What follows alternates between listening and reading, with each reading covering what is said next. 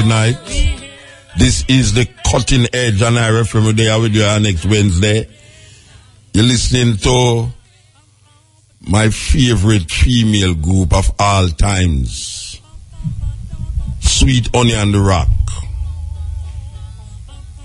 Sweet Honey in the Rock, I should say. Sweet Honey in the Rock. My favorite female group of all times. We had the honor of performing with them years ago, where we actually do a collaboration live on stage with one of my poems and them doing them mouth and them chest and them anything where them can find for music. Well, Sweet Honey in the Rock will be coming to Jamaica this Friday. Can you believe that? They will be in Jamaica this Friday. Sweet Honey in the Rock, under the auspices of the American Embassy, celebrating Black History Month. May I tell you? Sweet Honey in the Rock, my favorite group, female group of all times, is coming to Jamaica. And I don't think I will be able to see them. May I tell you, it's depressing. It's very depressing. That them a come to Jamaica, I'm not going to see them. It's very, very depressing. You know, for 20 odd years, we have played this group here, and Lady Smith, Black Mombasa, and I try to figure out how come nobody not bring them group here come to Jamaica. 20 odd years, we have played them, and we are trying to figure out why is it that nobody now bring the group come to Jamaica. And now we see Sweet Honey in the Rock come to Jamaica, and we not going to see them. What a stress. But here we know. We don't hear nobody else say them and bring Lady Smith, Black Mombasa. I hope the South African Embassy can follow suit. Because it's two a cappella group, and trust me, if you ever see a show with Lady Smith, Black Mombasa live, man, you will never forget it. So the two a cappella group, them, Lady Smith, Black Mombasa, and this group where we are playing, named Sweet Honey in the Rock. Them voice sweet like one man. As them say, Sweet Honey in the Rock. That is exactly where them is, Sweet Honey in the Rock. I'll play one more of this group here, these sisters out of Washington. Sweet Honey in the Rock. Beautiful voices, a cappella style. Them perform all them tune with a cappella except for a gourd with them have there. Yeah, them all, the slim one has shake the gourd. But yeah, man, sweet group, sweet group. Sweet Honey in the Rock. Sweet Honey in the Rock with a Bob Marley. Well, not this one, the one before Bob Marley rendition, redemption song, and then now them come to Khalil Gibran from the Lebanese Khalil Gibran, the prophet with and children. This is the Cutting Edge. This is the last Black History Month program for this month. You know, so our Black History continue. March, April, May, June, July, August, September, October, November, December, January, February. And you have another month. If there's another month, they will continue another month too. So will I tell you, say, Lady Smith are one of our favorite group out of South Africa, and we love them. We see them perform more than two times in a two different places too. One in America, one in England, and when you see them perform, trust me, man, them sweet. 10 man you turn up there and I use them foot, use them chest, use them voice, and just, and you know, it's a choir. Yeah, you know, it's a choir. Believe you me, it's a choir. So, Lady Smith, this is Black History Month. We are celebrating African people music. We're not talking about reggae now. We are talking about Africans from the continent, and call them continental Africans.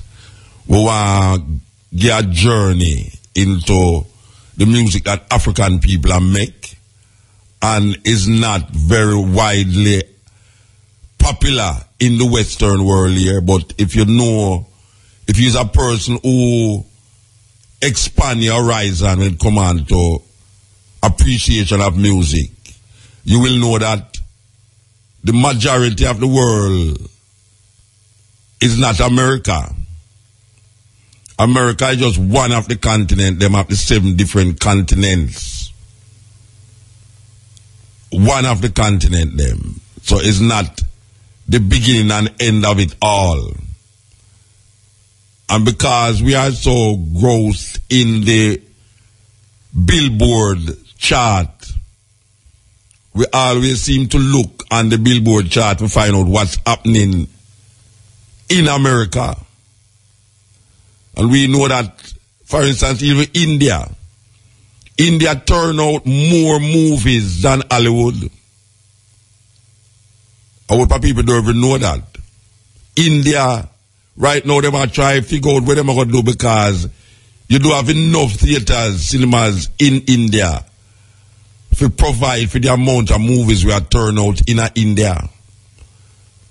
So, when you talk about Bollywood, Nollywood, all of them places there, it's like we don't really understand, say, the whole world is not America. Because you have a striving movie industry in Nigeria, a big movie industry in Nigeria that is flourishing. Because Nigeria have the largest population of Africans on the continent. And them even show me say 1 out of every 4 African is a Nigerian. There is also Morocco, which seemed not to be like Africa, but it's still Africa, but it was invaded by Arabs. And the influence of Morocco in certain musical entities is wide, touching right to Egypt, to Tunisia, to Algeria. Them have a music will come out of Algeria named Rai music. Very popular, but not very popular in the Western world here. But as I say, if you are conscious of the music of African people, and when we say African people, we are talking about the 50 different countries in Africa, plus the African people them in America, plus the African people them in Europe, and the African people them in the Caribbean, where make music that don't reach the Billboard. You have Africans in America, what them call African Americans in America, that is making music that don't reach a Billboard, that don't reach Times, that don't reach none of these big music, MTV, or what them call it, what them call it, I want the black video, they not black again, but them still have it. So we want to explore the music, and we want to now play Lady Smith Black Mambaza. And as a little side note, did I tell you that Dr. Sebi is slated to come to Jamaica? Yes, Dr. Sebi is coming to Jamaica. And as we talk about Dr. Sebi coming to Jamaica, we want to heal up Iris. Iris will be on the program here. We're going to talk to him about a new venture that's taking place, a Nomad. That man has been feeding me for 30 years. Yes, that man has been feeding me for 30 years, and him still at it. He has traveled all over the place, showing his culinary skills when it comes on to sun-fired foods. So why you love Iris, who continue the journey. Because there was a time when there's only white people involved in them kind of thing there. Them aesthetics there. Only white people you used to hear about when it come on to health food and raw food and all them things. Then now we see black people taking it upon themselves to recognize the goodness and the fullness in these culinary delights. You know, we have Me Hungry in a Kingston there where we want to yell up my brethren, Iwawa, because him produce beautiful, beautiful dishes by not cooking them. And then still we want to ear up the vegetarian restaurant, them that cook. Because Rastafari has now dominate the market when it comes on to vegetarian restaurants. Remember one time I mean, that's a Rastafari, I don't know if you run business or Rastafari, I don't know business, and I'm saying, well, I can safely say, without any apology and any doubt, that the vegetarian restaurants, and when we say vegetarian restaurants, we talk about vegetarian only, is dominated by Rastafari people. That is saying a lot, because we, apart from the ganja thing, it's we that tell them about vegetarian thing for a long time. We never call it vegetarian, we call it ital. We call it ital. No, everybody has said vegetarian, but Rasta was making sure that them pot never have nothing in there with eye. And no blood never in them pot. And no bone never eat up no throat. And now we say that the vegetarian delight is famous, that even people who are cook meat now, even restaurant, even hotels now, have to put in some kind of vegetarian dish in them thing, because the world now is turning. There are more vegetarians in the world than people who eat meat. And the list is growing. And now we say organic. And we that talk about ital planting food without fertilizer a long time. So now them call it organic planting. People is planting food organically. Just like the ganja, where we were despised about. Now we say what Rasta was saying underground is now coming on top of the ground. What Rasta was saying on the side of the gully bank now come right out into the open. That's why the man sing, Jacob Miller they sing, we tired for lick weed in a bush. We want to come out into the open. And now we say ital food take itself into nether levels. So we give thanks. We give thanks. Lady Smith Black Mombasa, a cappella group. We're going to play a very unusual Lady Smith here right now, where it's with music. You know, them have an album with pure music, and the matter of fact, them have an album where them come together, do some collaboration with some other artists. But this tune that we're going to play is a very unique tune by Lady Smith Black Mombasa. We're into Black History Month. And as we said, this is the last program of Cutting Edge for Black History Month. And we are taking it on the next level here right now. Here goes. This might sound like a gospel song. It is a gospel song, but it have deeper meaning. Because we know that the Africans in America, the only place them could organize and express themselves freely was in the church.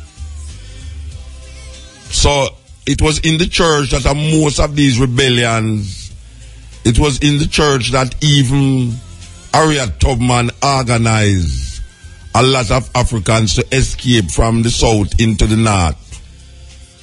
And one of the ways that they do it is to use gospel songs that was created by these Africans with inside meaning. Meaning that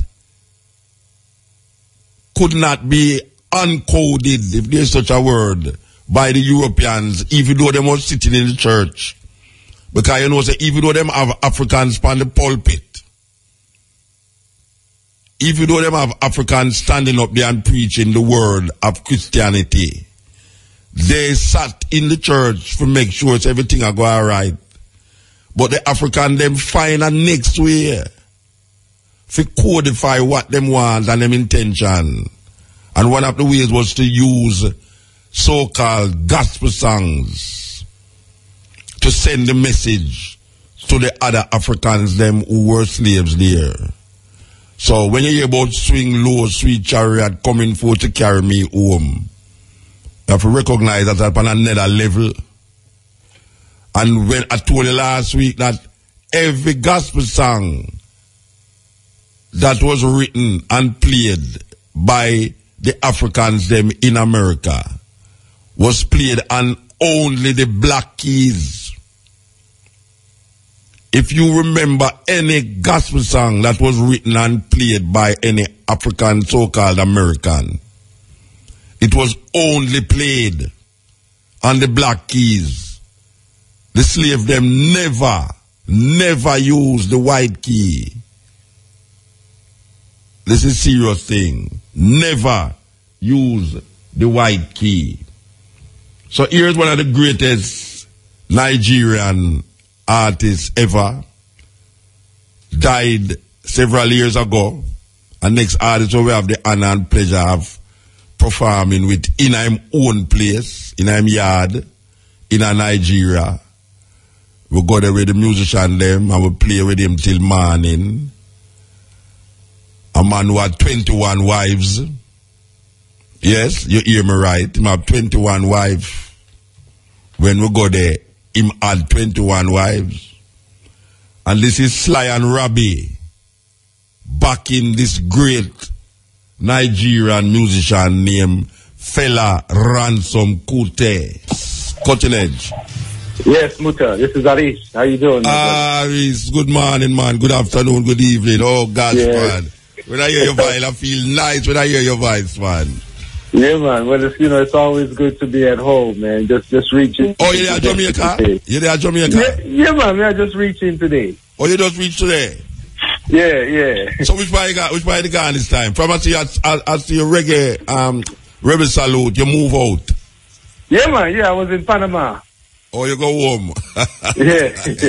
Go home. Oh, people don't know say Panama, Iris family, come from, you know. Okay. All right. So tell me something, Iris. As a nomad, because I have to call you nomad, you know, Rasta. You just hear from day to day, nobody know where you're gone. You set up something here, so then after a while we don't see it, so you set up something here, so then after a while we say you're gone to Brazil, we say you're gone this, that place. Which part you live? Well, you know, it's not really, in my culture, it's not a nomad, you know. I'm known as a Fulani. We live all over the world. The world is ours. All right. You know, when the grass gets dry, we move on to the next spot, you know? Okay, all right, sir. Yeah, man. We've been journeying for years, man, like this, from this level. I know you're from Los Angeles. 30 years ago, it's Los Angeles. I see you, and then I think San Francisco, and then I see Florida. Yeah. And then you go Negril. Negril, New York. Yeah, we broke up enough places. No, me I tell you, man, you're a moving culinary connoisseur. Yeah, well, recently I was in India. I was in India and Dubai. I was in India? Some chefs. Yeah, I trained 65 chefs in India, you know. Yeah, man, it was quite an experience, man. Tell me about the experience there in India. Because you know, I work for Indian are vegetarian already. All them take.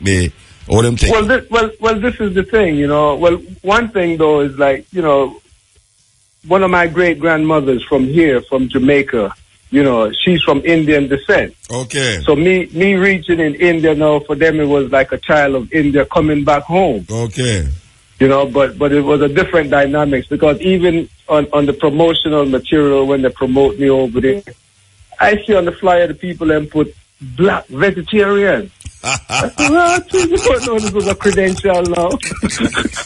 You know, but when I reached there, I come to realize, you know, because I was in Chennai, you know, in southeast India, you know, Chennai and Pondicherry, you know, the home of the Dravidians, you know. Yes. So many of us there. The Dravidians, people must know that the Dravidians is the black Indian, them will come cross from Ethiopia, come over there, so. True. And you could see the descendants still there, strong, you know. Yeah. But the thing you see them say is like most ones from this side of the world, when them come to India, them study. Mm-hmm. But I went there to teach. Yes. You know, which is a whole different dynamic. And then I'm teaching. These are the vegetarian masters of the world in terms of culturally speaking. Well, is that me I say? You know? You know, say most Indian are vegetarian. How them take on to you now, coming as an outsider, to teach them about vegetarian thing? Well, you say, that's the one thing, though, I say, they saw me as a child of India coming home. Okay, and then most of the people who go to that side to teach vegetarianism, they don't look like me. And they come with a different thing and come telling them a whole bag of tricks. But when I'm landing in India and what I'm doing now, they invited me to the World Veg Fest. I was one of the keynote presenters there, and it was a tremendous celebration of vegetarianism in India. And it was billed as non-violent food, you know, with Gandhi, you know, being the image that was being promoted. Non-violent food. Non-violent food. That's sweet, that's sweet. I remember that, non-violent food. So what happened is see, Indians are great chefs, vegetarian chefs. Definitely. But you go to one of them Indian banquet now, you see, they may have 50 different dishes laid out. Yes, but yes. Anything raw, everything cooked. Yes. So this is where I come in now. Yeah, show them another level now. Bringing them up to date. Yes. So then just lay out the carpet for me. It's just pure thanks and praise, you know. Yeah, man, that's supposed to be sweet, man. They even called me the raw food miracle. Yes. And walking in the streets and thing, one stopped me and asked me to bless them, calling me Swami G. Yes, you know. Yes. So it was quite an honor, quite a elevation, you know, to be on that level and share with them. Jackie go to India and she say, when you go India, you know, have to ask about the food. Because right away, you know, it's a vegetarian thing. Yes. And them not put certain things in them food. Because I know, so them did burn down McDonald's in a them country, and McDonald's did have to run out. I don't know if McDonald's gone back there. But you never see them anywhere I I think them didn't raise our because McDonald's did use cow. Right. And you know, them hold the cow as sacred. Yeah, man. So it's like, if you go have a country where them hold the cow as sacred, and you use it as food. Violent food. Violent food. Yeah, you're in a serious problem. Yeah, man. So them get rid of McDonald's out of them country, you know. But tell me something now, you did go to the Ganges and all them places there, I mean, how far from the Ganges did they? No, when I was down, I said in South India, you know, down in that side now, in Pondicherry, I was where like the home of Ganesh, you know. Okay, yes. So, you know, to the different temples and things like that down in there. But I was mostly, you know, teaching. I didn't really have time to do much else than just share with them, you know. Inaugurated a vegetarian restaurant for them down there, and you know, I've gotten invites to come back to set up a raw food academy down in that area. You know? So I was hosted by the culinary South India Culinary Association. So I trained 65 of their top chefs down there. Yes. You know, teach them some cashew cheese and, you know, some raw food vibes. Yeah, man, yeah. So, because, you know, they say, you know, people are coming and they're demanding these things and they're stuck. They don't know what to do. You know?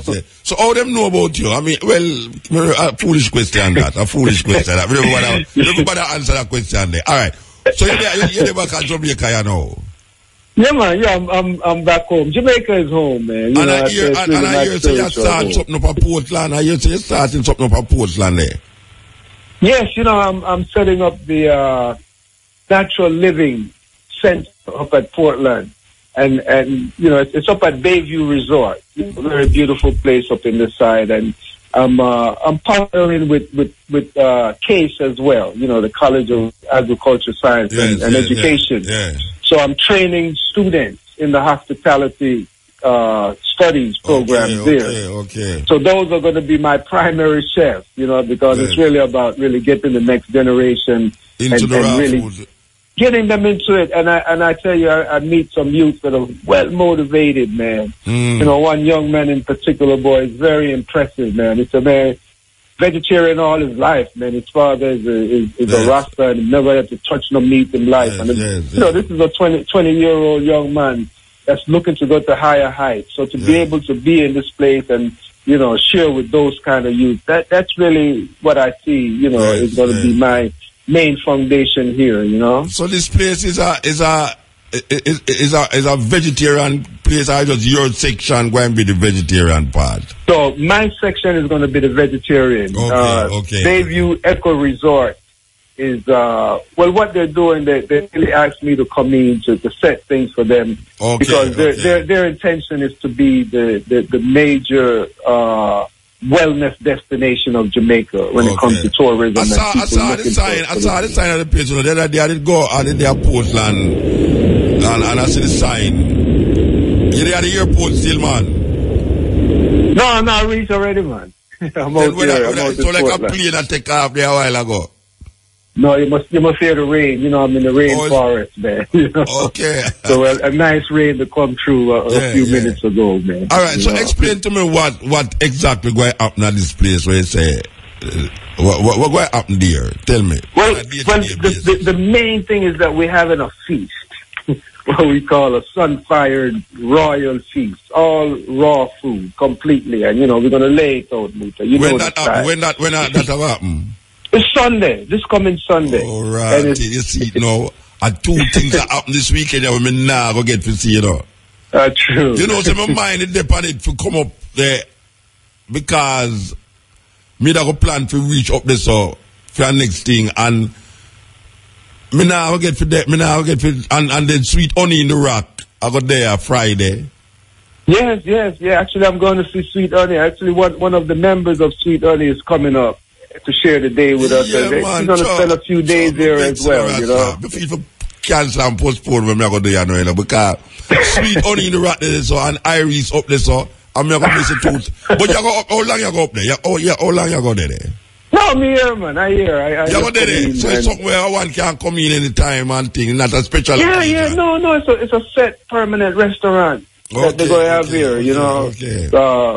Mostly raw food. We'll have some cooked food, you know, as a bridge for those who want to come in and try it, you know. But it's going to be a permanent thing. But really looking to set up a strong institution here, you know. Yes. So you're going to bring in. Well, we want to the brethren who did write. When name Kovinsky. Victorious Kovinskas. Warm to him. Yeah, in Costa Rica, you know. Him they both still. Yeah, we our paths crossed many times, man. You know, we just linked up in the U.S. not long ago, but him there in Costa Rica with his big operation there, so he's doing retreats and things, you know. Yeah. And Dick Gregory still. Dick Gregory is as solid as ever, man. You know, he's on the cutting edge, man. That I never see him. We see him again talk. Somewhere in America there, the man still powerful, man. We give thanks. Yeah, man. We give thanks. Yes. All right, so one of the people them know say Iris is back here again. Cause we can't know say Iris they and don't make the world and Jamaica know say Iris they are Jamaica again. So in the Portland side now. Yeah, and we really invited, you know, a special invitation to the fans of Cutting Edge to come and share the day with us. We're going to have a fashion show by Ioware, and we have some youth from Maroon Town, you know, doing some drumming, dancing, and singing. Really good entertainment. We're having Ted Emmanuel, you know, and Tahuti, and, you know, some good talk on the whole natural liberty. I know Tahuti set up film raw food place now. Tahuti going on with things there, man, as well as my brother Iwara. No, Iwara. I have Iwara food there with me right now, too. Yes. Yeah, I'm the official Cutting Edge supplier for Muta Baruka in the night, you know, yes. Okay. And supply me with food that me not go to my bed hungry at night time when me down here, so, you understand? So, we give thanks to Iwara. I'm a well, you know the name of Iwara. It's me hungry. Yeah, me hungry, Yes, so always make sure you order some food. Yes. So, we give thanks, brethren. We're glad for you today there again, and you know, by the hook or the cook, we're going to reach up there. So, you know, so we're going to reach up there. Maybe not Sunday, definitely. Yes, but I look forward. you know, whenever you come on the scene, man, it's Paradise Pie time, man. I remember them days back in Brooklyn at the African Street Festival. May I tell you, man? Well, when I open up the pie shop, Muta come and camp and go on a pie fast, man. I really just turn up beside your boot. That's me no move at all. Yeah, man. But the same thing you do at Rebel Salute. Oh gosh, man! It's when me see here at Rebel Salute. Me no move from the side at all. Yeah, we're always looking forward, man. It's a pleasure, Muta, man. Yeah, so, man. You know, looking forward to serve the art, man. Give thanks. Man. Yeah, man. Give thanks, brethren. Give thanks. All right. Yes, yeah, Iris, man. Iris. What may I say? To me, we don't know about the next man. You know, to me, is the #1 raw food specialist in the world. In the world, if you know what I mean, when we say in the world. Understand? So, yeah, them have, he's back again. And that's how I have to say, he's back again. Yeah, good night. Yeah? How you do? Ari? Yeah, man, I just come back from Jordan. Oh, yeah. Ready, proudly. Yes, proudly. Jamaica's first technology company recognized in the kingdom of Jordan. You're proudly come back from Jordan. I'm going to proudly represent Jamaica. Boy. You know, say everybody, you know, say a soldier, a old soldier from the U.S. Army come down here the other night. Yes. And say, him hear you talk about this thing, and he was willing to give you the plane fare. Are you serious? Yeah, this was like about... Muta. But it's about no, it's the night when they say you go. Yes. The day when it's that... that was the day. That was the day. Him come down and the thing and say, if him didn't know how to contact you at the time when you did that, say, he would have give you the plane fare. Oh, my goodness. Yeah, well, you know what, Muta, I'm going to tell you something. Bless up to all of your listeners. Bless up to all of the Jamaican people who know themselves and understand themselves. Let me tell you how this thing happened the second time. Because me did forget about it, you know, because it was kind of bite up from December. So I forgot about it. So I opened dialogue with a bank out here so that they could use Proudly as a platform for them small and medium enterprise. So the bank said to me, you know, so if I go back, if I reapply, then will send me. You know, they will finance the trip. I reapply, I get invited again, and the bank says short notice is this and forget about it, and the third, I'm say, you know what? At the same time, I'm doing convertible note shares in the company, which means that people can buy shares in the company, but they're buying them as loans, right? Okay. And one of your listeners, he had invested some money, a small amount of money to just help me to the next level. And, you know, I said to myself, this is not mistake for me to be invited twice. And I have the resources at the time. I'm talking to over with a person. I'm say go on. So I went, because the truth of the matter is, it's not an easy program to get into. Yeah. They don't carry you all the way over there because they're nice and them have money to waste or spend. They believe that if they're going to invest the education in you, so that they can invest in your company, that you should at least find a way to get there. Yeah. So I am not the first person from any part of the world to be there. As a matter of fact, the Barbados people them saw what was happening and jumping upon it. So the Jamaica is not the first in the Caribbean. Barbados is. But I am the first company from Jamaica to be represented, because the problem is, you see like how you know the music thing, Muta, you understand how music work. You understand, you know, artists have to get a deposit, you must get booked a certain week in advance, plane ticket money, appearance fees.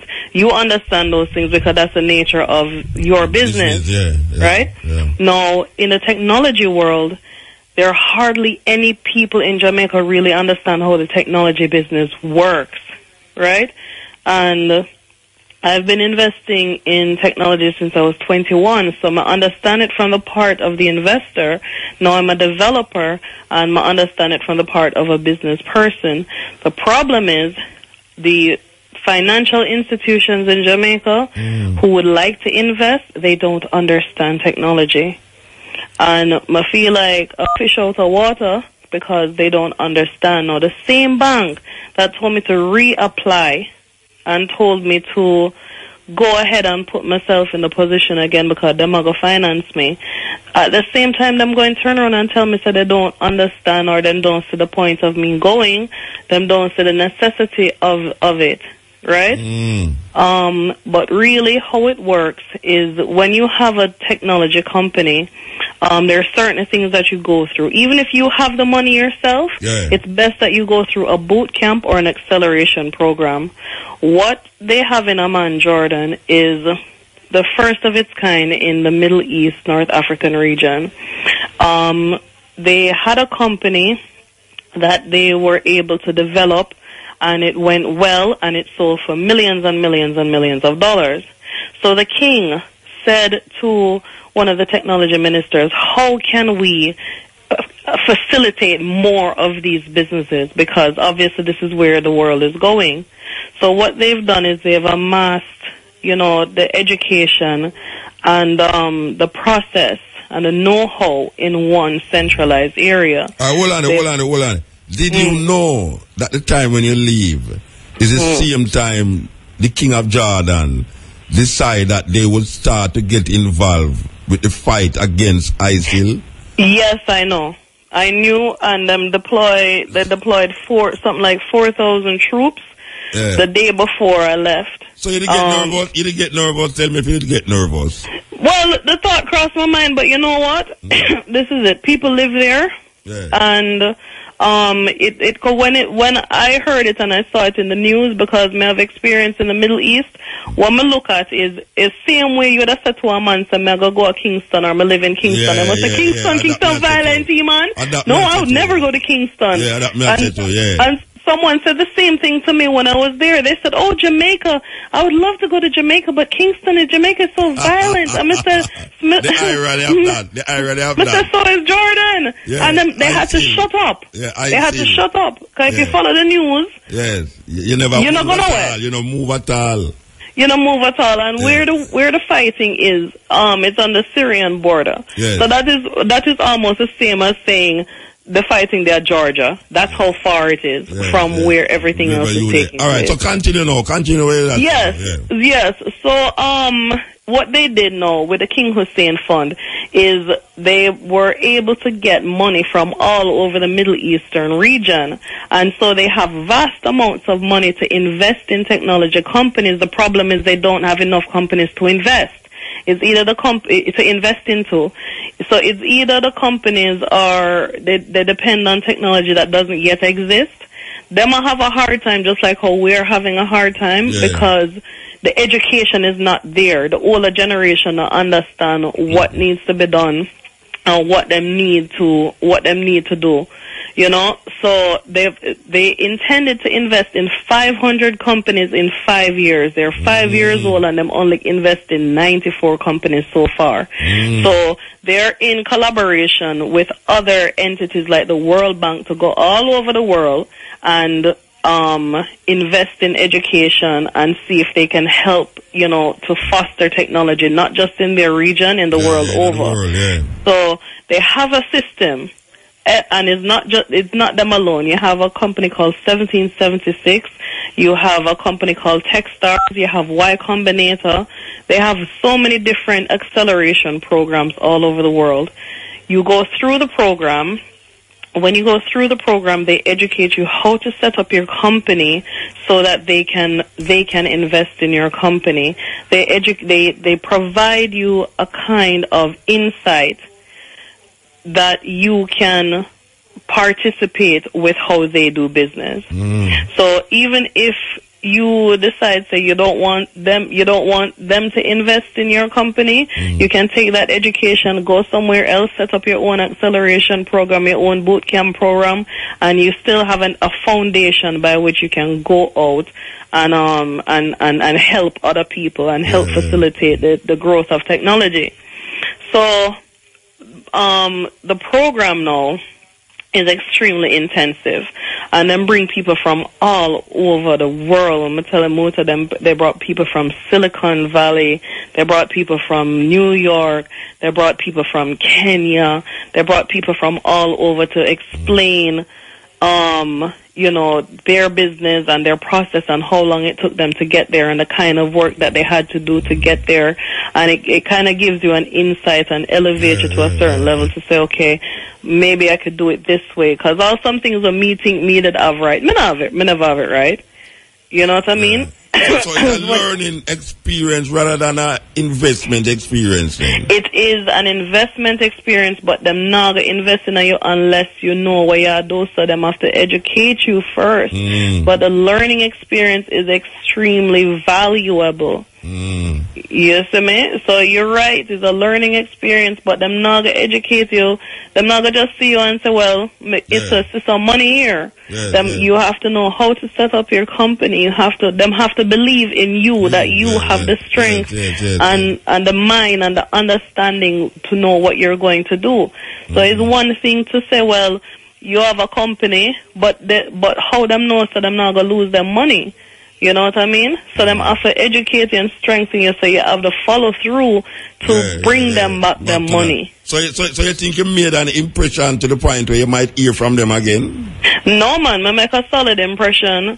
Because when I went there, I recognized that I'm the first person, the first Jamaican that them really have in them programs. So I now represent just myself and my company. I represent the entire country, and not just that, I represent every black person of the Western Hemisphere to them.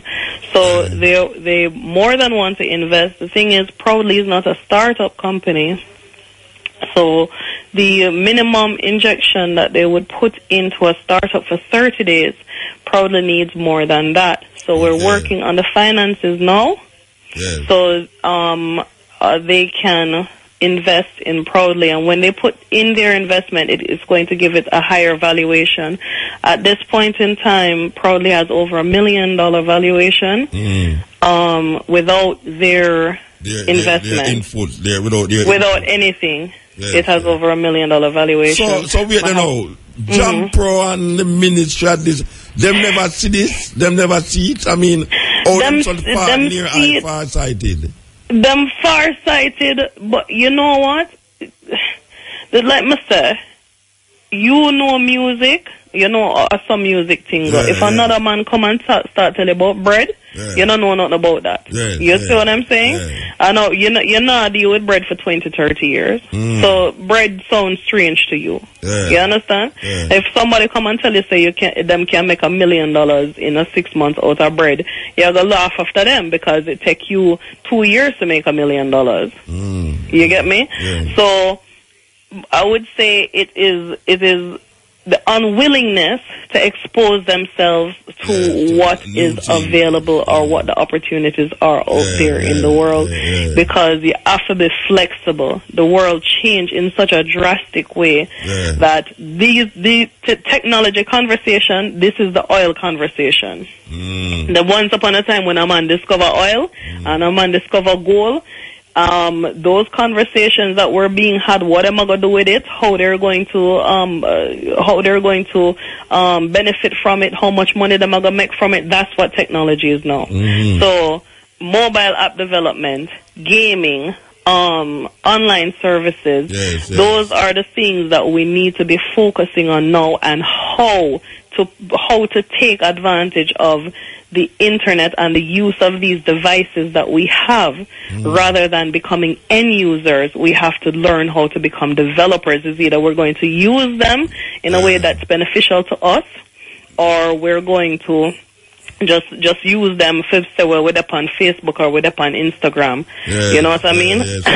Because unless you know that we're going to get left behind. You're up on the right because you develop almost something like a Google. Yes. And a black a black perspective you work with, which is new. So, to me, you have two things with you. You have black and Jamaica. With you, because, you know, when people hear Jamaica out there, it make a different impression from if them did hear. I mean, I don't really want to say what I'm going to say, like Trinidad, or, you know, Guyana. Yeah. When them hear Jamaica, it's like them eyes open wide. Yeah, their eyes open wide, but you know what?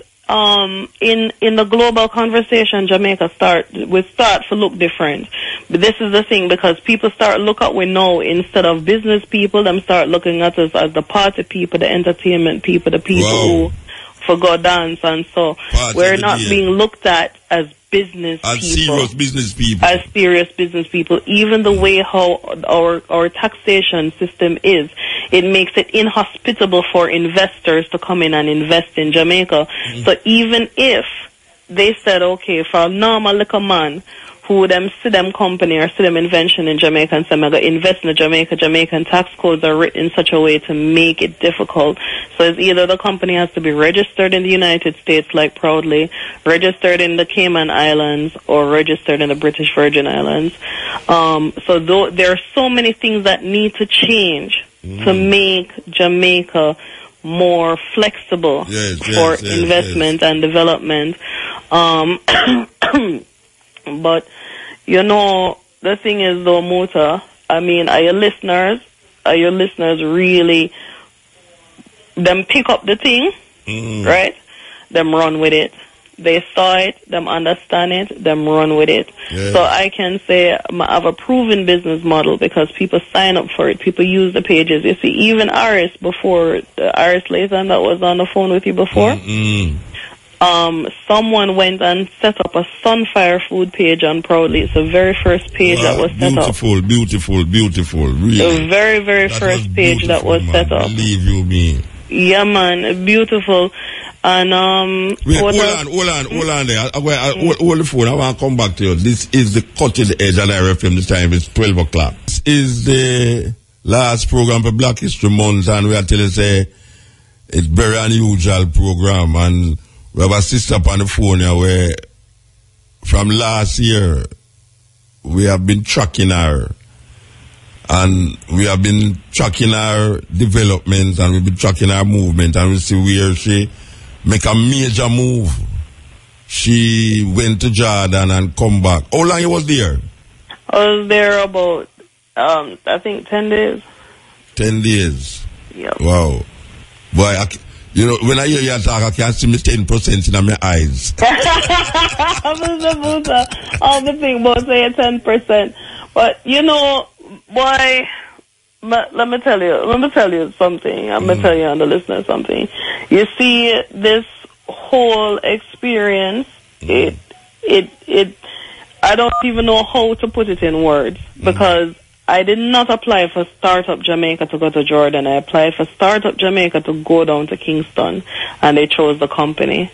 I was minding my own business and talking to a financial institution, and they said reapply. And I reapplied and I got it again. Yes, so the thing is, people see it, right? And the reason why people see it is because it has the word Africa written on it. Everybody that I have a lot of people message me, why Africa? Why just say it for black people? Why? Because we don't have nothing. That's why. I agree with you. Because we have nothing, and I have people tell me say it's a great platform and a great idea. If you know, because if you notice, Facebook and Mark Zuckerberg doesn't discriminate for, and he didn't say it's just for white people. I said no, because Facebook was designed just for sex. You know, it's a social commerce platform designed to fix a need. There is no need out there for white people. Them saturated with them advertising, them saturated with their business exposure. We are not. You know, we there compete with the Chinese. You have a little man have a product and make and put it on the shelf. Him compete with the Chinese. Him compete with price. Him compete with package.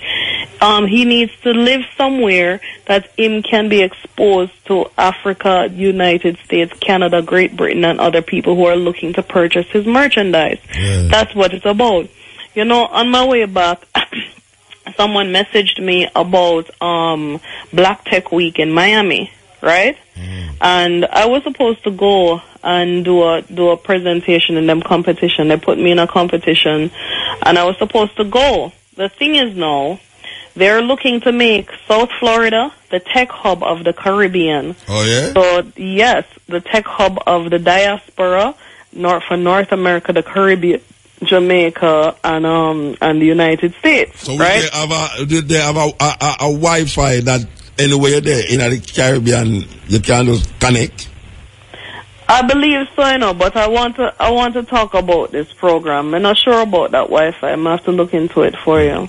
But let me tell you about this thing. Now, the same Jamaica programs here went to the Black Tech Week thing. The Florida thing, right? Now, I'm not saying to not participate.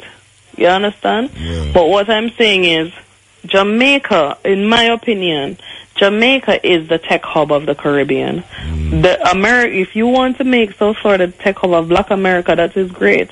But as far as I'm concerned, Jamaica is the tech hub of the Caribbean. We're the #1 English speaker. We're closer to the mainland. We have the resources, we have the youth, we have the opportunity here. When you're looking to make somewhere a hub, you're also talking about the resources. You're talking about hiring developers. You're talking about spending money in an area that is going to benefit the people in that area. So when you shift your focus and say, okay, yeah, South Florida look like it's going to be the tech hub of the... It can't be. So that you're essentially saying that we are going to export all of these tech developers. But maybe the people them in charge here who went there don't recognize that Jamaica can be a leading force in technology. Maybe them don't recognize that, but we have enough youth on here. So, I mean, look on the youth, them a man to go be a man. Yes, They need to use up some of them youth. They need to use up some of them youth. They don't there. Let them stop swindle people in America and put them education to a higher level. Yes, the thing is we need more believers. Yes, you understand? It's just a matter of belief, Yes. It's just... Confidence in self, man. Lacking. Right. It's just a matter of belief that you can and we can. That's all it is, Yes. Because if you think that you can, you can. And if you think you can't, you can't. And Jamaica can. I believe Jamaica can. And I know that I made the right decision by moving my company here. I know I made the right decision. If I have $1, it's going to be spent in Jamaica. If I have $10 for spending technology, it's going to be spent in Jamaica. It makes a difference in the economy. It makes a difference in the people around me. It makes a difference in what they can now go and do. All right? You do a thing for me, I can pay him 10 grand. I pay him the 10 grand, him can go and feed him youth, him can go and do something with that. When me take my physical self now and leave and go somewhere else and say, a Barbados, I do it in, I'm going to Barbados. All that little money that Mega Tech and spend it gone in a Bayesian pocket. It doesn't come back into this economy. So do it in, I'm going to Barbados.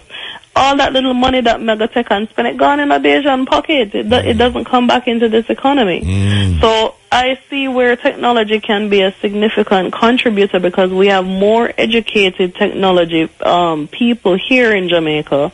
The problem is we are looking at it from a top-down approach, meaning we want people with PhD and master's degree and all these degree, and we have to find the money to pay for those degrees.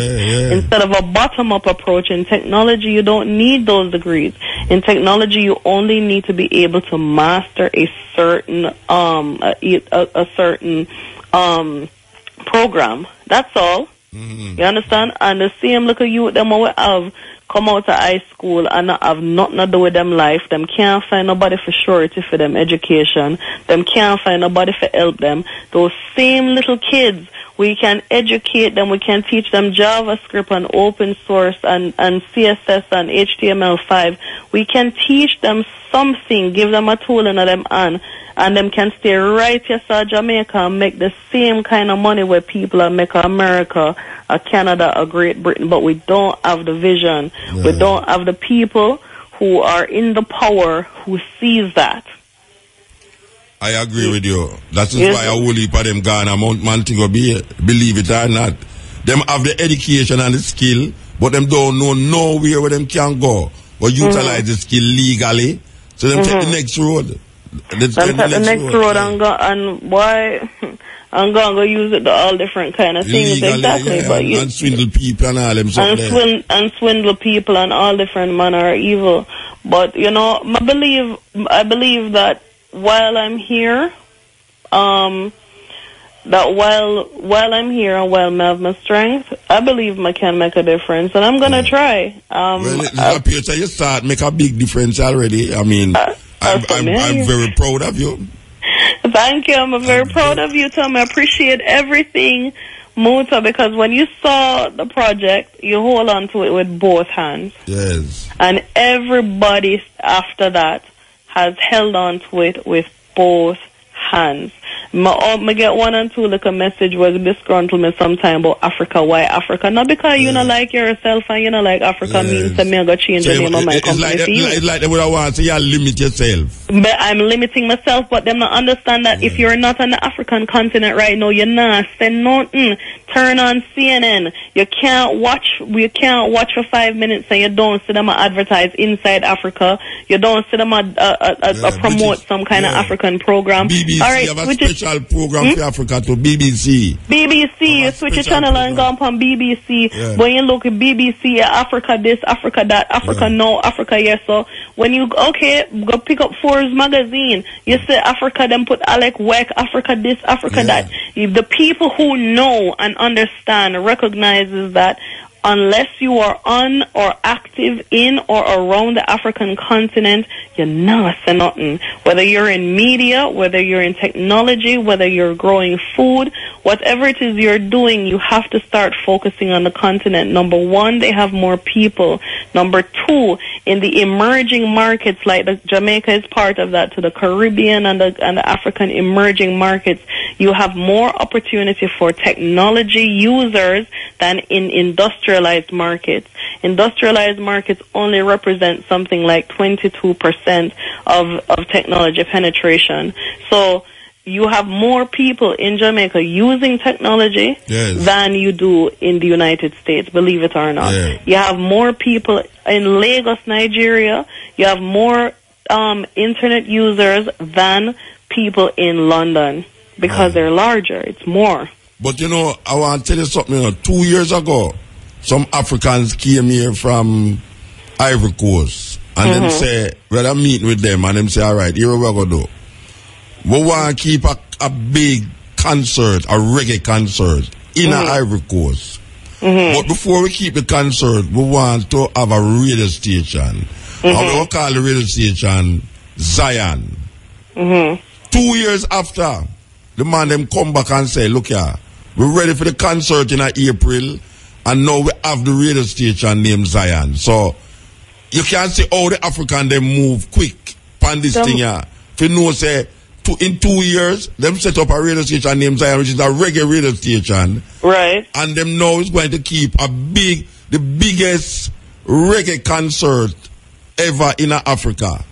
With African reggae artists from Jamaica and also other parts of Africa going to converge in Abidjan April to have this concert. So you're right in the way I say the African, I don't want to use a word, but the Renaissance, in all the madness and crazy ways they are going, white people recognize the importance of Africa in this way you call emerging marketplace. Emerging market. That is why a whole heap of them is going there, and we are going like say we don't want to have a closer link. We need a closer link with Africa, especially now. Right, especially now when you see even the Middle East, even the Jordanians recognize it. They are positioning companies to work within the African continent. So that's why Proudly is appealing and attractive to them because of where the focus is. There's a thing in technology called scale. Like, okay, you can capture this % of the market. You can capture 2% of the 2%, but how are you going to grow beyond that? Proudly has scale, but it's going to be scalable to not just the continent as far as users are. It's going to be scalable to a procurement tool for government entities that are looking to facilitate or to purchase industrialized material. What that means is, let's say you are the European Union and you have an agreement with Jamaica to trade, but you have a shortage of honey. Because of my connections and the people that I have listed on Proudly, I can source here 100,000 gallons of honey. Yes. So I can scale it in that term where they can use it as a source to procure items. So there's a lot of potential with it as a social commerce app for the user. The user has a lot of free things that him can use, and you also have the premium section of it where people who have businesses can participate and get those eyes on their business. Well, sister, I'm going to tell you, say, we're there beside you 100%, and we're not let you go. We're going to make you keep informing us the different steps. That we know, so when it really explode, people can say, but right, we know that. You know, and furthermore, since you've been on the program, the amount of call where I get about you remember the other day we talk about Philadelphia and pedophiles and all that. Yes. I have gotten, I think I did send you back an email where brother said. An email, yes. Yeah, Philadelphia don't have nothing to do with that. No, I have nothing to do with that. Yeah, but it's something where a lot of people interested in a way I do. I will get the result from the callers them and the email will say that dancer there, we want to link a dancer there, we want to contact a dancer there, you know. And I tell you, if you was going with the Friday, with a plane fare there, you'd have to get the plane fare the next week. Believe you. Wow, that would have been amazing, but I missed the program. But look, like I said, I'm doing convertible note shares. That means that I'm not diluting the equity of the company. People can lend Proudly money as an investment, and then when the valuation comes in on the company, then they can be converted to stocks, and if they want to cash it in at that point in time, they can get more equity out of it. So I'm still accepting investors, short-term loans. Them can email me, proudlyapp@gmail.com, proudliapp@gmail.com, and I'm just asking that, you know, people who contact me just be on the up and up. No games, no foolishness. Don't look no woman. Me not really look nobody. It's just about business. Business, definitely. You know. Give thanks. So if they want to put them things to use, I'm here, and I'm here to make a difference in Jamaica. I'm here to make a difference in my race. All right. Give thanks, sister. Give thanks. All right, love and a blessed Muta. Thank you for your listeners, and man. Thank you for everything. You know, anytime we talk about Black History Month, these are the things where make it necessary and important. Because you see, a daughter like that now is a Jamaican sister who have Africa in her heart, who scientific, technologically, it's them things that we need to hear about. Them things that we need to hear about. That here's a sister from Jamaica have a thing where maybe it's the only black person ever do something like that. I mean, sorry, not black person, only Jamaican will ever do something like that. And need the exposure, has now gotten some exposure, went to Jordan, come back now, and is now feeling good about herself. Really feeling good about herself. And we love that you feel good about herself as an African woman. So, yeah, it's Black History. Black History Month. Continent. Yeah, Mota. Yeah, blessed. Yeah. Yeah, I listened to you talk to that a while ago. Yeah. You know, say, about 4 years ago, I watch, I think I CNN. Two white man, I think two Russian man. And the man never say, Africa going to be one of the fastest growing region a little while from now. Yeah, and I see two more white men from South Africa.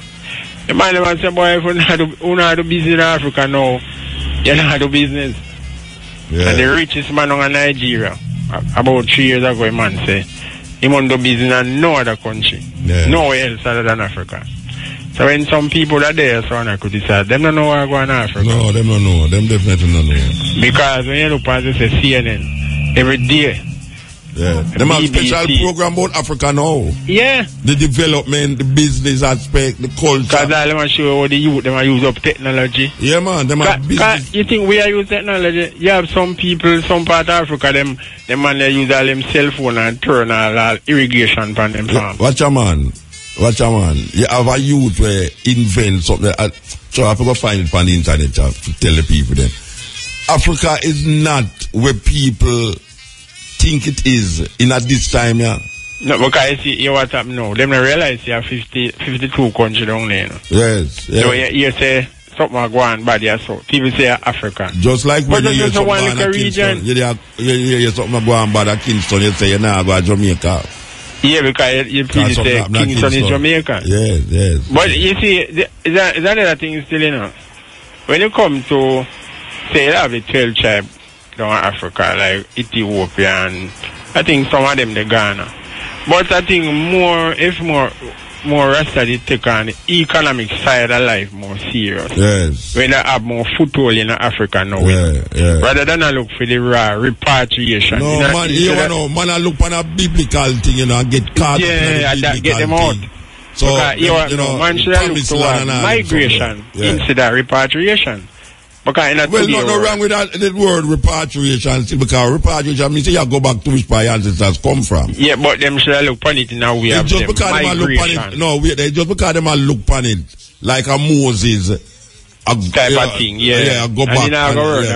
So the repatriation is not a bad thing. Migration is another word. Repatriation is going back to where ancestors come from. Yeah, but you see, if you use migration, you know, people will look on that more modern. But one just but we can't go please people now by changing a word in our context. Just like how she not go change the thing Africa upon our things, you know.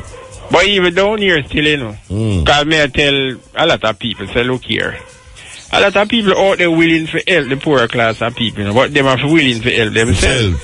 Because look at what the philosophy of Marcus Garvey, who was the only economic philosopher we ever know of still, as a black man in a film time, where you could have looked and say, boy, the man, they was so far ahead of him time. Definitely. And up to now, we now look for a film philosophy and realize, if we just turn to film philosophy, you don't have to use the more side, you know.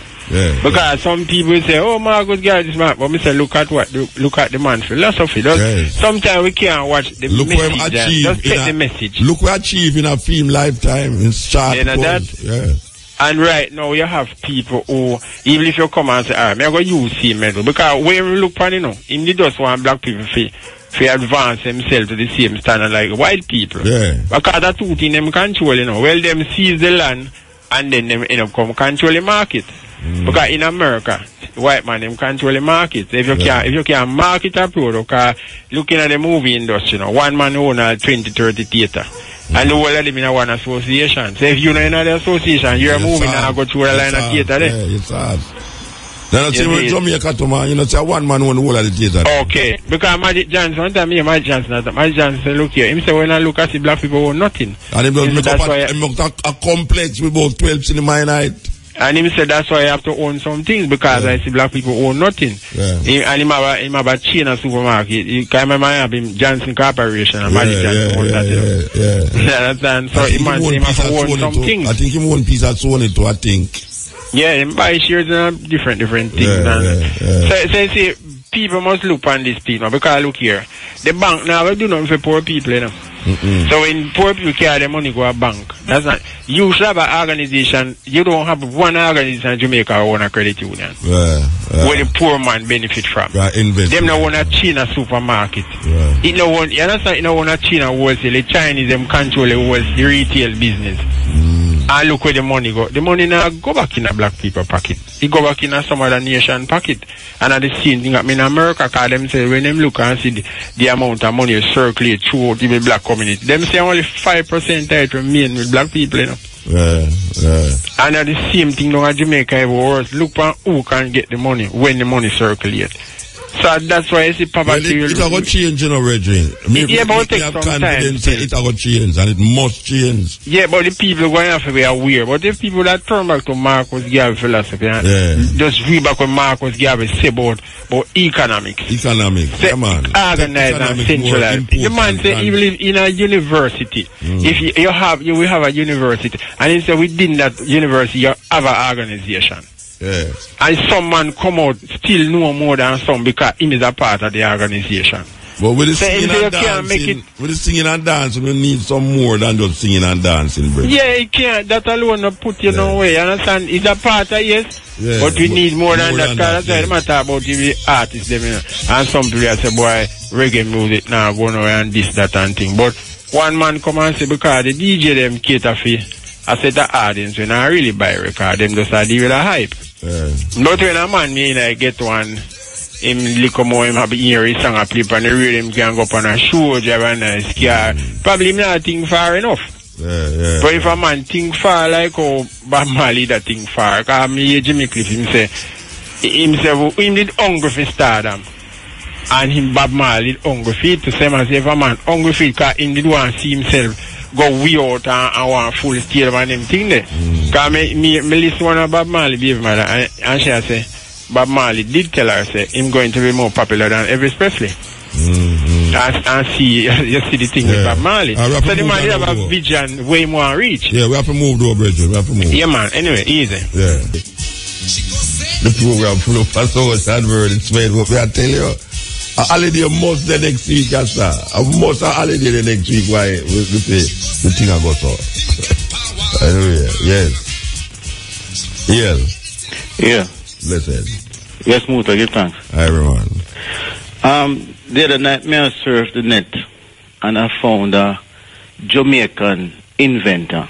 This is a youth now where invent a converter where him can put it in your car. You use water. And you use one car, use water. Yeah, I hear what you say. Somebody say, me never hear, I never even see the news. I should have bring him on the program, don't it? I should have find him and bring him on the program. Yes, it's very important because the implications is really great. Yeah, man. You have a whole heap of inventors there, Jamaica. Whole heap of inventors. So I think there is hope yet. Of course. We're not giving up hope, man. And they say all that is good with us can fix all that is bad. Yes. With us. I agree with you, brethren. Yeah. And so, does that bring yeah, man, give thanks, man. Give thanks. Bless up. Yes. Yeah, man, a serious thing. All that is good in us can fix that which is bad in us. That's a serious thing. This is a man who is connected to Jamaica by father. You know, like Farrakhan connected by father. This is a man who connected, you know, say the phone a ring off like what? Every time a big play a tune, alright. The continent. Yeah, Father Muta. Yes, sir. Yeah, bless you. Yeah, man. Just I come out for work, I call a friend in New York, you know. What kind of work, man, though? You know, so I deliver some medical equipment and teach people how to use them when they left the hospital. A big work, lad. We need you down here. In a way, you know. We need you down here, brethren. The medical facilities in a shambles down here. You see what I go on, man, because I know sending a whole heap of things, sending come give it Christmas. Sending a whole heap of things come give it to our infirmary and mobile, and, you know. All the children home, you know. That good, man. That good. So, come in and I listen to little vibes and, you know, I listen, this a program for years, you know, Father. From before we even left here at 94, you know, we had bleach and listen, cutting edge of it. Yeah. So, you know, 4 years ago, I just want to tell about a little thing, because I realized that the team I go down for an independent thing, which part, you know, as black people, we need to find some way to find we own an independence in every field we can, you know? Yes. So, it's a contribution, which part, it's long as I pre 4 years ago, how I can make a contribution towards my community and now. See? Melbourne Avenue, Fast Spring, is it? So I say education and the way now, I go really lead the youth them forward, is it? Yeah. But them always need help, because remember when I go to school, Cornwall College, my parents, they never able to buy me all of my textbook them what I need. Mm-hmm. You see? Bam. So we start a diaspora group about now, because growing up in my area, I have little influence amongst the people, you see? Mm-hmm. So we say we can use it in a good way now, we know which part we form a diaspora group, and we say we are going to raise up some money, some mass now, some money now, and help out the youth them in the community. So it's like 4 years ago we start the thing, and we are keep some back to school ceremony, which part all of the youth them were pass from primary school to high school. Mm. We give them a 10,000 Jamaican towards booklet. Book and things. School Yeah, man, we have a next 100 youth which part we give back to school supply, everything. Mm. And at the end of the school term, the 2 high school students them with the highest average, we give them a laptop or an iPad. You know, it's encouragement, you know. Yeah. But at the same time, still, them have to average over 70%. Okay. Very important, the 70%. EL? What? EL? I get drunk out, brethren. And man get drunk out of my talk about something important.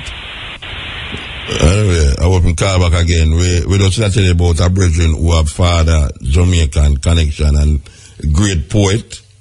He's known as one of the great African American poets. His name is Gil Scott Heron. Yes. Yeah, Mota. Yes. Yeah, man, I listen, brethren. Yeah, man, I mean, when I reason really about the Baptist school you get program. cut off a while ago. You get cut off, yeah. Yeah.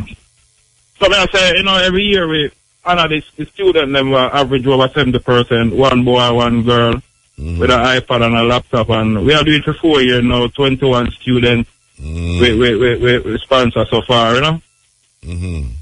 And you do this from New York area, you do it from New York area, or you come down and deal with it?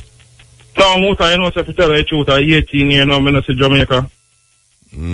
But I want to tell you, technology and yeah,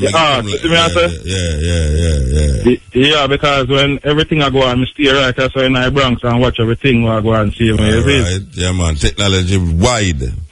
Yeah, man, technology wide, man. Even people in England what sponsor, because I tell you, it's a diaspora group. People are there all about over the world from the community. Facebook we use and link up everybody. Okay. And that sounds when I think I go on, everybody donate what them for donate, and make a link you all in England and make you watch what I go and see me. Yeah. That's what I'm saying. Skyping and all these things. Yeah, man, Skype and over, man. We make it work, you see it? Yeah, all right, so give thanks, Virgin. Give thanks. You have to continue. All right, continue. Yeah, man, we don't stop, man. All right, sir. Yeah, man. That's so we love hear it. Making a difference. Gil Scott Heron, Cutting Edge. The great thing to Mota. Blessed man. Morning, BAYSEE. No, me really call to discuss a little black history point with us, but before discuss a black history point, there come Independence Park on Friday. What going on Independence Park? Think some IFM team are come down here with some lime promotion. No, man, over there. Because 11 years ago, we meet in Independence Park and do a poem fair. But as me tell you now, probably you won't remember me. Then tell me the Rasta stuff. You tell me say that we are told. Yeah. Remember? Me still there town. Remember when you say Muta? Yeah, me still there we are town. Me don't remember what me say, but me tell you me still there town still. Yeah, and then me come at town one day now, palm bus me alone with my bag and my clothes and end up we in a Tivoli whole day. I ask people which part me to go in a town to come find you. Then me have to do music whole day now. Then me go give them a weed show no more time. Me see a man in a big old black coat now, one big old chalice come blaze up. You could not even see his face to a place cloud up. So if from them time there, but me still remember you do and me get bigger now and I think I know though. So here we go on now. Marcus now Mota. See? You hear me? Yeah, man, I hear you, man. Which part Marcus get money to buy the Black Star Line shipping company? When get the money? Yeah. To maintain the Black Star Line shipping company. No, from him organization and the people them who support him organization. Which organization? The UNIA. UNIA. You don't know, so Marcus Garvey have an organization. Yes, but you get the money out of the factory motor. Which factory? Remember saying, no man, the white man used to have the black people, them we live on the plantation, you know. No, wait, no man, which factory you talk about? Sugar factory. Which sugar factory? In America? Now Westmoreland. No, but America, I'm there. I mean, if I Westmoreland, but everything one more. Remember, so that's everybody gets Marcus Garvey, UNIA was functioning in America. Yes, when him come out here, so him get the money. Wait, no, when him come out here, so him start a political party. Him start a political party, but he was the main one who overthrew the white man off of the sugar plantation. In a Jamaica? Yes, him was the head one for the sugar organization. Alright. So out of the sugar factory now him buy the Black Star Line a shipping company. Okay. When the white man now see that the shipping company was too expensive for a black man, he get jealous and it cause problem. So he decide now to hold down, pin him down now because Marcus get too rich, sugar make him get too rich. Okay. I understand how the shipping company come in now. Well, may I listen to what you say? Yes, man. So you see true like how some people that live in Africa now motor and them with Red Sea and them the thing there. Where Bible tell about it. That coming like some strange land to you and some strange things, you know. What you mean in the Bible? Yeah. Every Bible tell come over me I read a Revelation and I see Red Sea and them thing there. That coming like some miraculous strange thinking they put away now, you know. But some people will live in a situation where I go on, them would have an idea, you understand? Yeah. How certain things go. But the one who don't know that looks strange. Yeah, nobody say it again. You said 3 times now. But that's true, man. But me wish I come to Independence Park still, that me could have meet you again, that me know, say. 11 years back, me meet to them the one night. Me come here for dance, say, Musa, man, listen to the poem, and you say, yo, you're tough, man, but me the weird tone. Yeah. When you want me want there, no, Muta, me want a job, see? You want a job? Yeah. I don't know if you can help me. No, me can't help you. What kind of job you want? Disc jockey. You want a disc jockey job? Yeah. No, me can't help you. Yeah, I don't want to run Mushed Space, you know? You want to run Mushed Space? Yeah. When you call IRFM then, man, and talk to the program manager, man. That man forgot the man. But somebody have run Mushed Space already. Everything was here to be a harvest, man. You know, yeah, somebody have run Mushed Space already. That is space I want. No, but you know, listen to me, I say somebody have run Mushed Space already. So, but everything have a day of harvest, Mr. Muta. So what you talk about, how harvest come up in what me I tell you? Huh? Oh, you mean, how harvest come up in what me I tell you? Me I tell you, say, somebody in a run Mushed Space already. Yes, but remember Cain and Abel. Oh, Cain and Abel come up in what me I say. And who forgive it better and who forgive it better. So you have a better gift than who they know. So you have a better gift than what they know. You have a better gift than what they know then. Yes. Alright, I wish you luck. Call the radio station and ask the program manager, yeah? No problem, man. Eh? Take care of yourself and bless up. Yeah, man, blessed man, give thanks. Yeah, the man said, want Ran Mushed Space. A lady ready in a Ran Mushed Space. Well, I don't know, Ran Mushed Space still, but I just him do today. So him want to come over to lady ready. That's lady ready to go ask my space. Because when him get lady ready position now, lady ready go up to the program director and say, boy, me want Musa Space. At 10:30, 10 o'clock to 11, 10 o'clock to 2 o'clock for Wednesday night. I better yet you could have asked Musa Space for stepping razor. You just call a while ago and I want to find the word, or them spell it is OPTIMYSTIC. That is OPTIMYSTIC. One word. Optimistic Tribe. That's the name of the group. Optimistic Tribe. This is the Cutting Edge on RFM, sealing up Black History Month for February.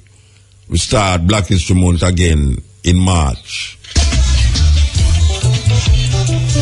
100 years ago, God, as it were, sent his begotten son, Marcus Messiah Garvey, to redeem his people by showing us the only way towards our salvation. For reasons known only to the Almighty, the little town of St. Anne's Bay, situated on the north coast of Jamaica, was chosen as the birthplace of this great prophet, teacher, and leader. The date of this modern miracle was August 17, 1887. Garvey was a man who, in retrospect, was far ahead of his time. This is clearly proven by the fact that his ideologies have resurfaced today and could be considered a major factor in the liberation of African peoples the world over. He sought to revive the spirit of black people from despair to hope, from lethargy to positive action, from fear to courage, from inertia to assertiveness, from anti-discrimination dodges to manly confrontation. He gave them goals possible to man, the highest creation of God, because he believed to manly confrontation. He gave them goals possible to man, the highest creation of God, because he believed with all his heart in the innate abilities of the African race. On August 1st, 1914, Garvey launched the Universal Negro Improvement Association and African Communities League in Jamaica, an organization to advocate the unity and blending of all Negroes into one strong, healthy race. After the First World War, there was a resurgence of the Ku Klux Klan influence in the United States. Another decade of racial hatred and open lawlessness had set in which Negroes were again prominent among the victims. African people were by this time more than ready for a Moses, and only a black man could express the depth of their feelings. Marcus Garvey settled that question for thousands by forming the U.S. branch of the UNIA and ACL in June 1917. On June 10, 1940, at the age of 53, Marcus Messiah Garvey died in London of a severe stroke without having set foot in Africa. But his impact there was tremendous. He left a rich legacy of history for us to study and utilize in our continued quest for independence and liberation as a people. Brothers and sisters, the Right Excellent Marcus Messiah Garvey.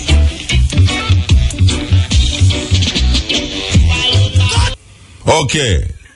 Cutting Edge, there with you. EL. Yeah, man. Nota. Yes, sir. You don't know good herbalist, so you can't get a contact number. Well, a good herbalist. I will put them down a Westmoreland there, you know. Yeah, but we never get to come. Okay, so what you want herbalist to do? Tell me. Alright. Want to clean up, man. Want to clean up, you know. You want to clean up? Yeah, want to clean out. You mean you want to wash out? Yeah, and... They not take herbs tea, man. You don't know the herbs them. You don't know the herbs tea them. No, I don't know them so well. Them have some little herbs tea we're selling at some green box, man. Oh. There's that green box, yellow box. The little herbs tea, they're there for years. Okay. Well, mother used to give for wash out. If I wash out, you want? Well, we want a... You want a colored cleansing? Yes, yeah. Well, you have them at home. If you're looking at the telephone book, you will see them. You will see. Okay. You see one, you know. Just look at the telephone book, man. Yeah. The glaucoma thing there. You have glaucoma? Yeah. Then the herbs them say if you use for that, man. Yeah, well, ganja. Yeah, I use it. And it not help. It not help. Sometimes the eyes still blurry one way, you know. The way no go a doctor, man. Yeah, man, yeah. Eh? So I seek out to find out something, you know. Where you seek out to find? Go a doctor will deal with eye, man. Go a eye specialist. Where you say, you know what? Go a eye specialist. Yes, man. Well, the thing is this. I'll go to Cuba if you don't want guys, especially go to Cuba then. Yeah, you can't get it free down there if you don't. Them do it free for you down there. No, the problem is that you lose one of them. You lose one of your eye? Yeah. And you wait for lose the next eye before you go to an eye specialist? No. No, I show you work. Alright. Blessed. No, but talk to me now, man. What you say about blessed find out don't talk? You call to find out what's a herb specialist, and then I tell you to take some herbs, or you take out, you go a colon specialist where you can look in a book, and then you start telling me about your eye, so you have glaucoma, and you say you lose one of your eye. Yeah. So what you do about the other eye? Well, they use herb. You smoke the herbs? Well, we can't manage the smoking. So how you use it? How you use it to get you that glaucoma? Me squeeze it. And drop in your eye? Yeah. So, let me ask you now. It now work? Your eye get better or it get worse? Well, I'm blurring go on in there when I not understand. Well, if you don't understand it, you go to somebody who understand it. You go to an eye specialist, make them figure out this well. Alright. You know any eyes? You know which part go any eye specialist? Yeah, man. Oh, you know? Yeah, man. So why you not go on? Well, the thing is this, they depend for them medicine and it never work? Never, yeah. Okay, what kind of medicine them give? The last time, we get one name. Can't find the thing. But them not have some medicine on the market, you know, where them say make out a ganja, man, where you can't use, man. Yeah. You know, you know, go to pharmacists, make them recommend, make them tell you about it and make them recommend one to you. We call a couple of the pharmacists, them and them not say they not have it. Them not have it? Yeah, they not have it. Why name? You know, say the name, somebody will call and tell me the name, but I can't remember the name half on you right now, you know. Okay. I can tell you a place where you can go still, maybe, and you get it up, you have a place named the Eden. Pan Lady Musgrave Road, that's all. Kingston. Yeah, oh, you know, they are Kingston. No, St. Anne, there. Oh, yeah, they are St. Anne, so, well, I don't know nobody down at St. Anne, so, but I know a town, it's easier to find it. To find out them something there. You know, there's somebody at town that can call to make a check. All right, give thanks, Bridget. All right, Gene Breeze, you know, where was at the Poetry in Motion, Yasu Safari show, Sunday, after we leave Westmoreland, we end up in a Mandeville, a perform by Yasu's Poetry in Motion. Heal up, Gene Breeze. Yes. Yes, Motor. Yeah, man. Continue. Yeah, man. Great things. All right. I just want to tell your listeners, know that we're having something in the Watch It On. That's this Saturday. Who, me? No, man.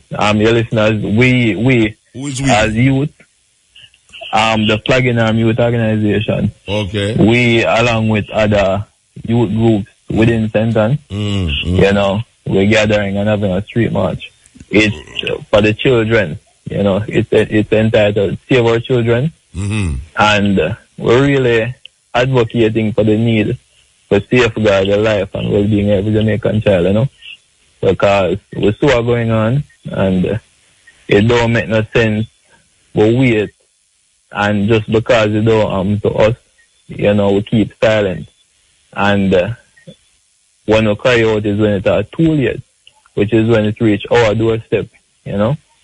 And so we really have to view every child as our own, you know. And so we're taking to the streets, man, and we're marching. And so how you advertise it? How you advertise it that ones are ones know? Well, we have the campaign running on social media, Facebook. Okay, social media thing, all right. Yeah, man, and of course, all the youth groups in St. Anne, you know, the advocacy club, the police youth club, we're connected. Yeah, man, we're well connected. All right, well, I hope it's successful and you can call back and tell me how it go. Yeah, man, we'll do. When that happening? When it's happening? That's this Saturday, and we're starting at 3 o'clock in the afternoon. Which part you start from? Which part you start from? Where I get at the clock. That's right at the platform, exactly beneath the clock. All right. So I go through the town, and then we're end back at the clock and have a gathering there. All right. So everybody can come. Are you going to have speakers on them? It was at the clock? Yeah, man. Done this yeah, one. man. All right, Motor. No, EL. Motor, yeah, man. Yeah, may I ask you if you're going to have speakers at the clock, or you just going to start and end this one, and then everybody go home? Oh, no, man. We have speakers at the clock. We have presentation at the clock. All right. Give time. After. All right, cool. Yeah, EL Motor. Blessed. Yeah, man. Yeah, Mandingo. Listen, so is that Sharon Tucker, black woman? Yeah, she do it over with Italy and Judy.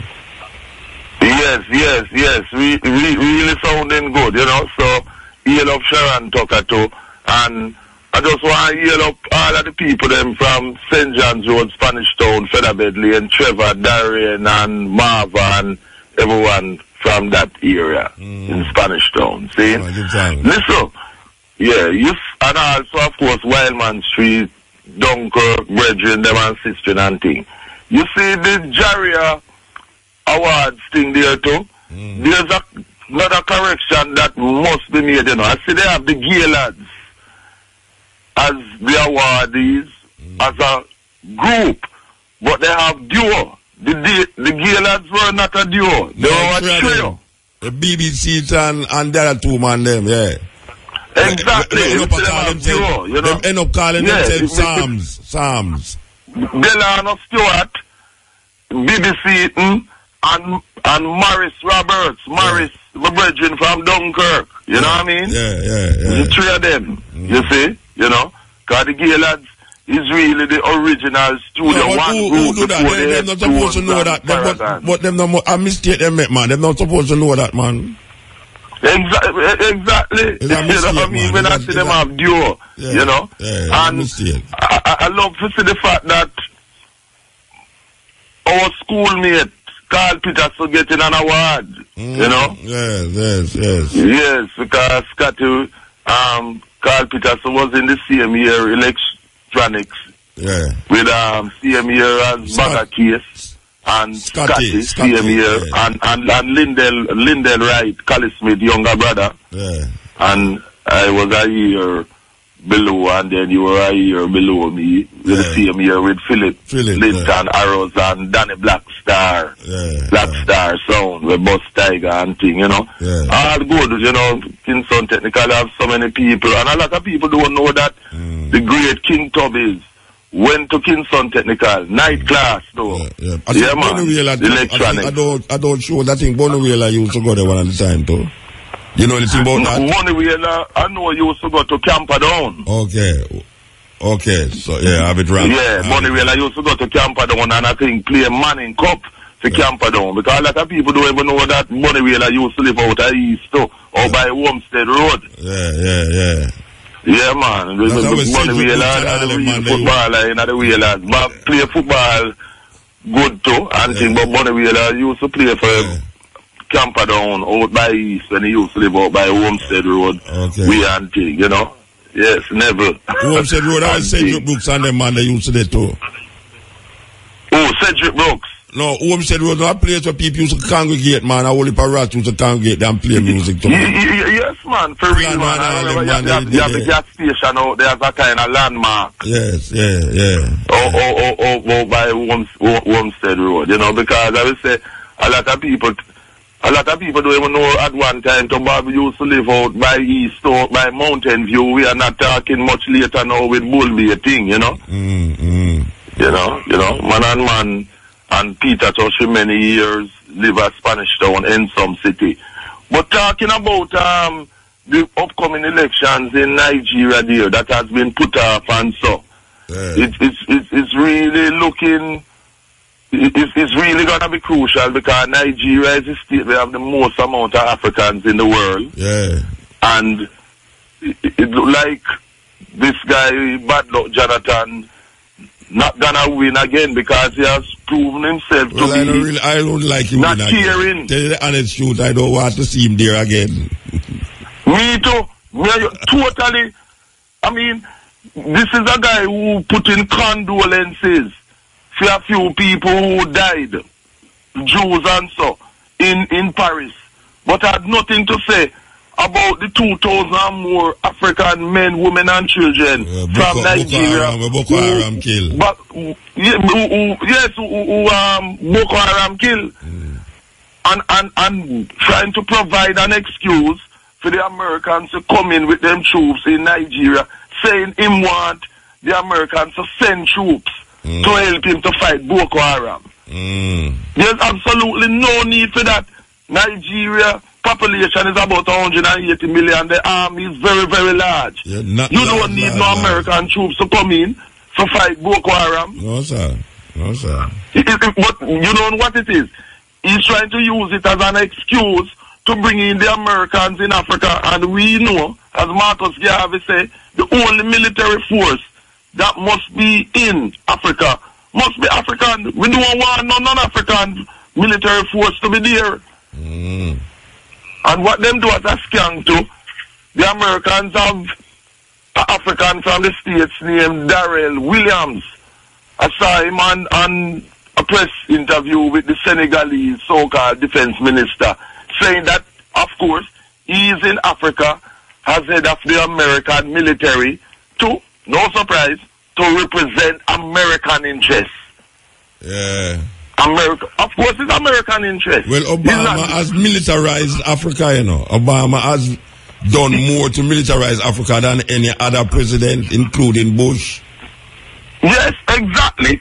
And has killed more Africans in Africa with these drone attacks more than any other U.S. president. Even yes. Bush.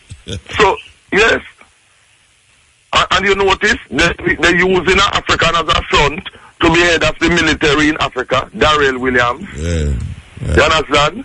To represent, as he said it plain and bold, I was watching it on the TV, to represent American interests. Yeah. Not African interests. No, American These are the enemies we have. They have interest long there, so they have to protect them interests. Yes, because they want to control our oil and all our other resources and things to continue to live off the resources of our motherland, which is the richest motherland on the planet, and that type of thing. How you see this situation going with the Chinese wanting to build on Goat Island and that type of thing, when they have been offered about 3 or 4 other sites in mainland Jamaica? How you see that situation? No, well, we have always labeled against the destruction of Goat Island, you know. But I don't think Goat Island, I think they might build something else, you know. You still hear about it still. I think them supposed to do something else as a hub. They might buy out some things, buy out enough things. So we don't know how it's going to work out, but we're going to look forward to see what's going to happen with that. But the Goat Island thing is really a travesty when the government make arrangements and deal with these people to deal with behind our backs. Yeah, well, she go to China go deal with it. The Prime Minister go to China go deal with it. But I don't know. It look kind of tipsy, you know, in terms of where the Chinese them really want and where it's available. I don't know if the Goat Island thing is still on the table, you know. Well, you know that a lot of us, you and I and others, make a lot of noise about that we don't want no Chinese having establishing no base, having no island within our jurisdiction. Yeah, definitely. Them have a base already. Them have a base, I know. The government give them land in compensation for the highway where them are built. Yes, over by in the North Coast there. And again, that is something. Not only in the North Coast, down in a St. Catherine there too. Most of they are St. Catherine. Them give them thousands, hundreds of acres of land in lieu of the building of the highway whenever the government never pay no money for. And them are build it further now because them are like a bypass all the gauge, you know. They will bypass the gauge, you know. You don't have to go over Fern Gully again. Not Fern Gully, even not Fern Gully. You don't have to go over Flat Bridge. You soon have to go over Flat Bridge. You soon have to go over Flat Bridge. A road, okay, you go right to Cayman.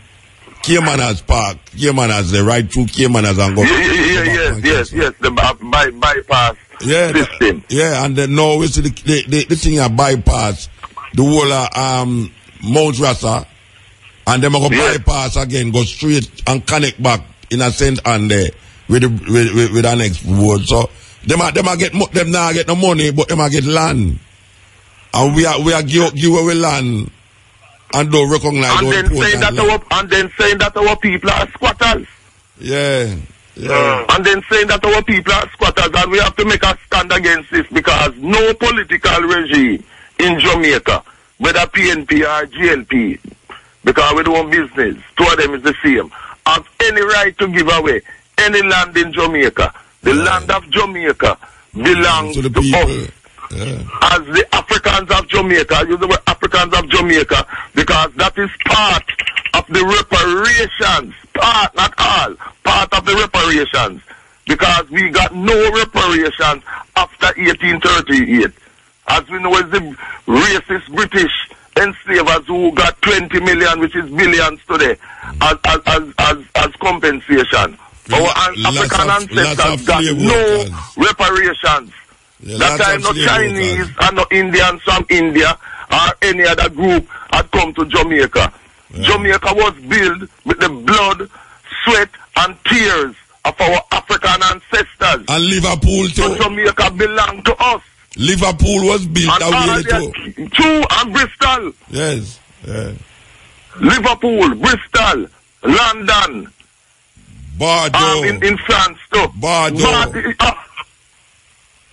Them things they don't know, but we know. Them things them exactly. All the islands of the Caribbean belong to us, the African race. I'm stating it because the blood, sweat and tears of our African ancestors whose enslaved labor made Europe and Europeans rich and enabled Britain to have the first modern industrial revolution in history. Was due to the blood, sweat and tears of our African ancestors, and every island in the Caribbean is an African island. One of the richest, if not the richest, Englishman.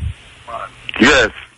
The richest Englishman made his riches from planting cane in Jamaica. Him named Beckford. I don't know if you ever hear about him. What you mean by Beckford? You know, that's why we have Beckford Street in Spanish Town. And later on, then Kingston, they have Beckford Street in Kingston. Is after that same criminal Beckford. Yeah, he was the richest man in Europe. I did that in history at school in Jamaica at Campion College. Richest man in Europe. And he make it after Jamaica. Not only that. Yes, exactly. Not only that, Muta.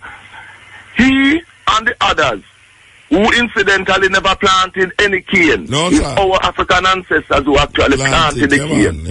That could never do anything. But those enslavers were the richest people in Britain. And their lobby, their group was the richest group in Britain. And them told us that him fell out of grace because him fall in love with a guy who wasn't supposed to. Yes. I remember one time you know about that too, and you ran a program about that too. And I want to tell you, it's good for you to run that forward again you know. You know what I mean? Yes. Of course. Even this guy here, Sebastian Coe, who is involved in athletics and things, his ancestors made money out of the enslavement of our people too, in Jamaica. Yes. In Jamaica, yes. In Jamaica. So I'm repeating that Marcus Garvey Jr. said from Kingston Technical Days that every island in the Caribbean is an African island. Yes. It was paid for with the blood, sweat and tears of our African ancestors. Yeah, man. All right, we have to move out. And like the cops looking forward on his visit to Jamaica to see you in the studio, as you say. Definitely. And when you finish, remember, I must get that number so I can give to him. Because he left yesterday for the States to play in Washington. You never give me the number? DC. You never get the number from the operator?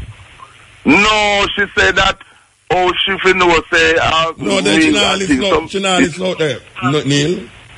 Tell the operator that to give this man my number when him call her, man. All right, call her back, yeah? Yeah. I'll call her back. Yeah, tell her to give me number. Yeah, all right. Yeah, this is the coaching edge with the pan last lap, you know. Remember, say, we will come forward there, so 2 o'clock, from 2 to 5:45 with the stepping razor, the art of war. And it's a different program, totally different program. We go back